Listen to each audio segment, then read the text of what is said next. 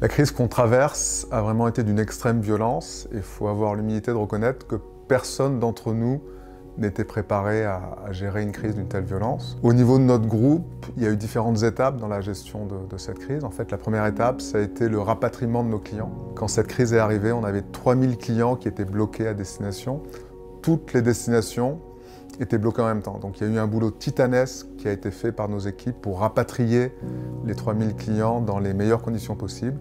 Et je tiens à dire qu'il y a vraiment eu beaucoup de solidarité dans la profession, que ce soit avec nos partenaires distributeurs, nos partenaires réceptifs, la plupart des compagnies aériennes et parfois même nos concurrents, dans la mesure où on a parfois affrété des avions complets pour rapatrier nos clients.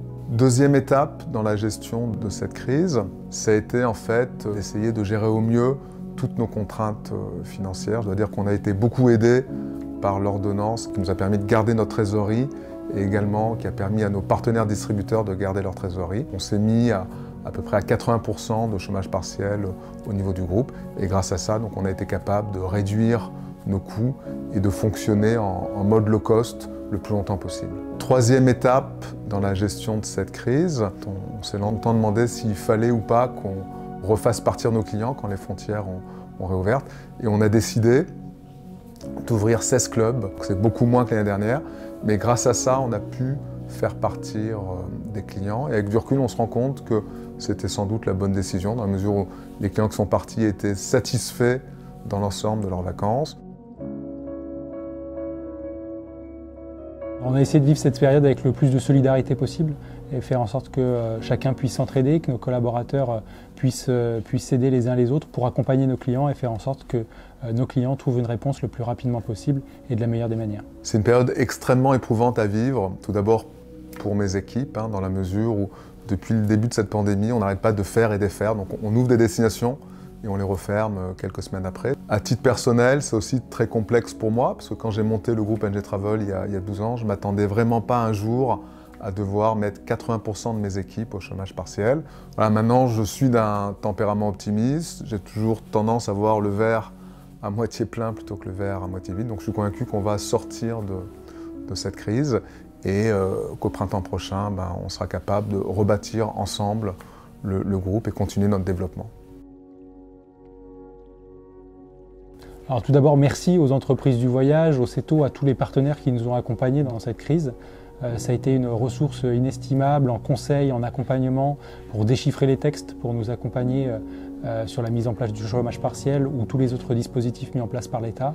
Les entreprises du voyage, le CETO, ont été un relais institutionnel très fort pour nous permettre d'avoir auprès du gouvernement un interlocuteur unique, faire en sorte qu'on soit entendu, qu'on soit audible et que cette particularité des agents de voyage soit prise en compte par le gouvernement et que nous puissions avoir les mesures qui soient adaptées à notre profession.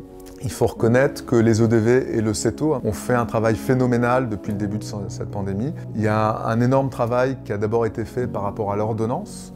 La France, peu de gens le savent, mais est le seul pays européen à avoir mis en place cette ordonnance et ça a clairement énormément aidé à la fois les distributeurs et les tour opérateurs. Deuxième point qui a été important, ça a été en fait les négociations avec les instances gouvernementales pour obtenir les meilleures conditions possibles au niveau du chômage partiel. Et là aussi, les EDV et le CETO ont fait un travail fantastique tout au long de cette pandémie. Alors, nos attentes, elles sont extrêmement simples. Il faut qu'on redonne confiance à nos clients, qu'on leur redonne envie de voyager. Ça passe par la mise en place, on pense, d'une garantie financière pour les compagnies aériennes, pour que nos clients ne soient pas impactés par les éventuelles faillites de compagnies aériennes et qu'ils puissent revoyager, que ce ne soit pas de l'argent perdu pour eux. Ça, c'est une demande très ancienne des agents de voyage et il faut continuer cette demande-là. Et puis le deuxième sujet pour nous, c'est l'harmonisation des règles de voyage, faire en sorte qu'on puisse voyager au moins dans l'espace européen sans trop de difficultés et que quand vous avez besoin de voyager, vous puissiez le faire en toute sécurité, en connaissant les règles et évidemment respecter les gestes barrières et faire en sorte que vous puissiez voyager en toute sécurité et sans problème. Et puis il faut être très clair, le voyage ça fait partie de la vie, le voyage c'est la vie et donc on espère bien évidemment que les Français et plus largement les Européens vont repartir, vont continuer à voyager et qu'on va traverser cette crise le plus rapidement possible.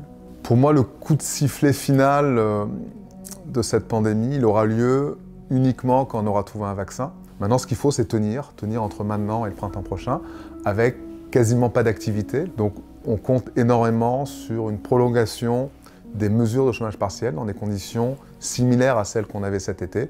Et on compte donc sur les EDV et le CETO pour maintenir en fait le lobbying qu'ils ont fait pour qu'on obtienne ces conditions de chômage partiel aux meilleures conditions possibles. Courage, on va sortir de la crise et c'est ensemble qu'on réussira à sortir de la crise. Et ce que je trouve très impressionnant, c'est que depuis le début de cette crise, il y a une solidarité comme j'en avais encore jamais vu dans notre profession. Et clairement, si on arrive à garder cet esprit de solidarité, je suis convaincu qu'on verra prochainement le bout du tunnel et qu'on sera capable tous ensemble d'écrire une nouvelle page de notre magnifique industrie.